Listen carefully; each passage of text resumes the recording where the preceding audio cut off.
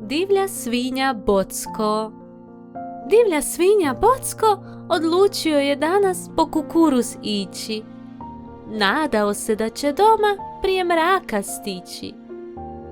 Hodao je po šumskom putu kada je sreo zeku, koji si je sređivao šapicu meku.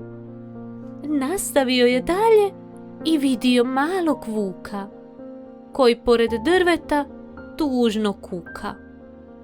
Pitao je Bocko vuka što ga muči.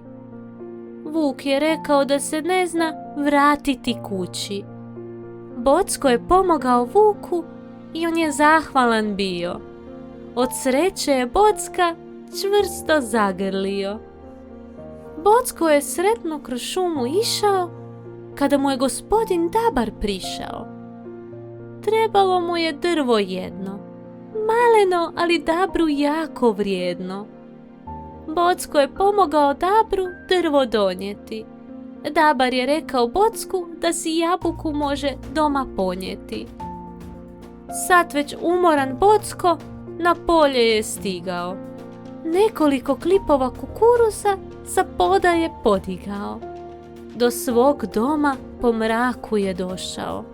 U svoj krevetić umorno je pošao.